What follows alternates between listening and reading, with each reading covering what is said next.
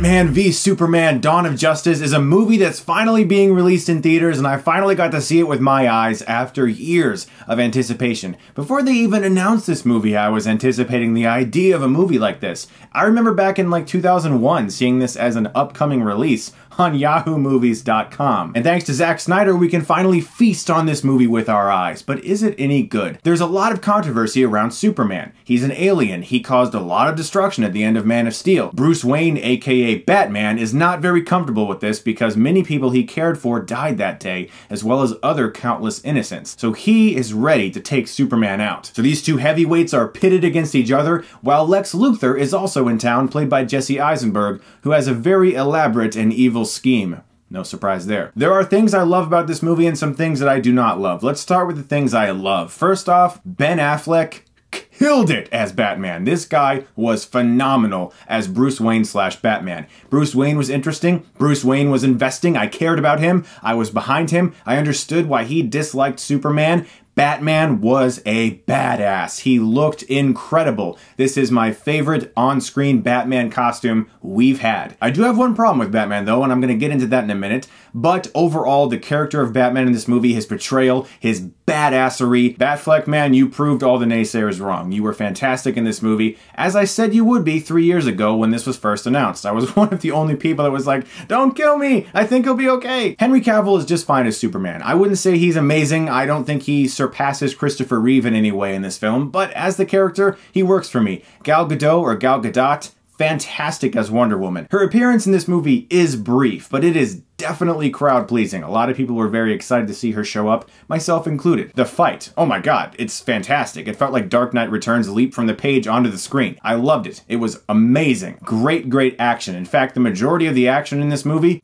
fantastic. This is a really pretty movie. This is a really good-looking movie. It's also a mess. Batman v Superman has a lot of problems, and most of them are narrative and story-based. Every Zack Snyder movie looks amazing, but he has a hard time balancing story with amazing visuals. And Batman v Superman is kind of a beautiful, gigantic splat of awesomeness. And unfortunately, not all of these elements are very cohesive. My biggest issue with this movie is the fact that it feels like two different movies. The first half is this very mature, almost political thriller. There's all this controversy surrounding Superman. Does he have a place on this earth? Is he welcomed? We have Bruce Wayne attempting to figure out secrets about other people that will eventually be in the Justice League, and it feels very realistic and very grounded. And then all of a sudden, the film blows its metaphorical load, and every single thing you could possibly think of suddenly appears in this movie and becomes a gigantic science fiction extravaganza. There are so many little elements that I'm going to get into with my spoiler video I'm doing with John the Flick Pick. He came with me to see the film.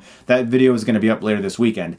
That just didn't make sense. Towards the last half of the movie, the film has a really hard time making Lois Lane relevant. She has an object, she gets rid of an object, then she has to get the object again, then she gets trapped and she's a damsel in distress, and she goes back and forth between being a character that deserves to be in this movie and a character that's just there because she's Lois Lane. At one point in time, Wonder Woman gets a very important email from Bruce Wayne, and the subject line of this email should have just said, Justice League set up. It is the most lazy shoe-in of these characters I've seen. I couldn't believe it. I mean, certain people are going to be really excited when they see certain things, but it's so forced. It just feels so forced. Do you remember Avengers Age of Ultron? Pretty fun movie overall, right? Well, what about that Thor Ragnarok tie-in where he goes to that pool? That felt really out of place, right? Well, they needed that because the studio said, hey, you gotta put that in the movie. Didn't really feel like it belonged in the movie, right? Right. What's the best superhero movie of the past couple years? In my opinion, it's Deadpool. Why was Deadpool so great?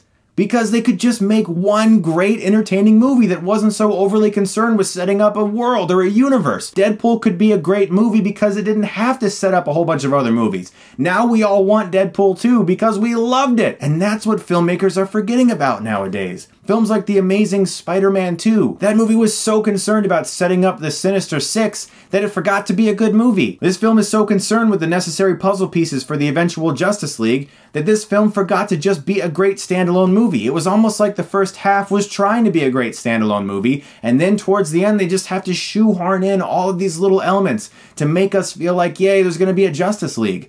And the script just couldn't balance it. It was so so sloppy. Let's talk about that one element of Batman that really let me down. This guy's shooting people left and right. He's blowing people up. He's laying down machine gun fire on all kinds of people. What? And it's not just the dream sequences in this film in which he kills people, because, okay, it's a dream sequence, whatever. In real life, this dude's mowing people down, blowing people away. I don't know what they were thinking. They completely took away the moral dilemma of the character of Batman. Batman was always right on the edge of becoming a criminal, but villains like the Joker constantly forced him to ride that edge, and that was enthralling. And if you want, go ahead and quote comic book issues in which this happened, and well, Chris, you'd never read this comic book, or well, Chris, you don't know about that story arc. There's never a scene in this film where Jeremy Irons as Alfred, who by the way is fantastic, sits down with Batman and goes, look, you're going too far. Yeah, well, they killed Robin and I have no choice. Like, if they had a scene like that, then I would have been able to get behind it.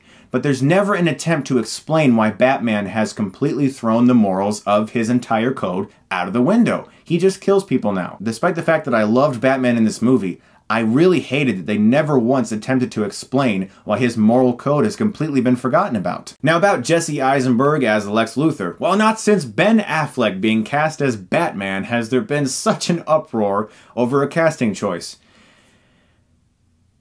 And it might have been well-deserved. He was okay. He was alright. I don't know if it worked for me. He was a little insane. He went the insane route. He reminded me of Nicolas Cage in the movie Matchstick Men. Have you ever seen the movie Matchstick Men? Nicolas Cage plays an OCD con artist who has a bit of a twitch. Every once in a while he's like... And there's a lot of moments like that in this film. I mean, moments where Lex Luthor will be standing there and he'll just kind of go like...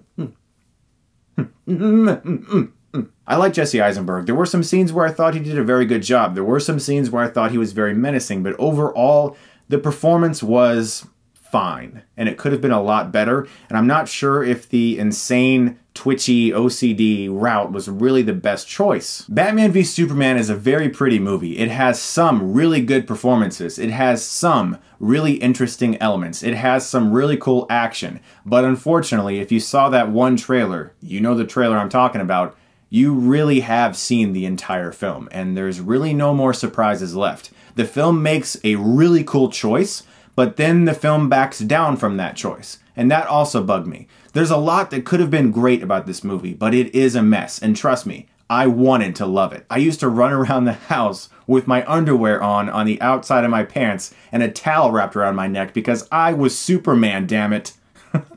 And I love Batman. I should have been crying throughout this entire film, but unfortunately, it is a bit of a mess. I would recommend seeing it though as a comic book movie fan. I love these characters. Batman is awesome in it. I'm going to give Batman v Superman Dawn of Justice a C+. Trust me, I'm really disappointed in saying that, but I'm not saying it's awful. There's this thing with the internet where you have to love it or you have to hate it. I'm very middle of the road. I'm very conflicted on this movie. There are things I love about it, there are things I dislike about it. Guys, those are my thoughts on Batman v Superman. Spoiler video coming this weekend. Also, please look forward to my hilariosity this Sunday because it's going to be something very special. I am going to review some of my childhood films because they're not that great. And it's time for me to make fun of myself. I think I've made fun of other people's movies enough. Let's turn the sights on me a little bit. You guys have asked me to show you my Indiana Jones movies for quite some time. I'm gonna do that, except I'm gonna review them. I'm gonna show you clips, I'm gonna make fun of myself. It's gonna be tons of fun. That's gonna be Sunday. Also, thank you so much to everyone who's bought my book. I'm serious, I can't believe it. People have been sending me photos of themselves in the bookstore, and it's brought a tear to my eye. I am so grateful. Thank you so much for doing that, guys. And thank you to the amazing people who sent my wife and I stuff in our P.O. box. This incredible painting really touched our hearts. This Superman figure back there, that Wonder Woman season. You guys are amazing. Thank you so much. I don't even know what to say. I'm blown away by your kindness and generosity. Thank you. You guys are the best. If you like this, you can click right here and get Stuckmanized.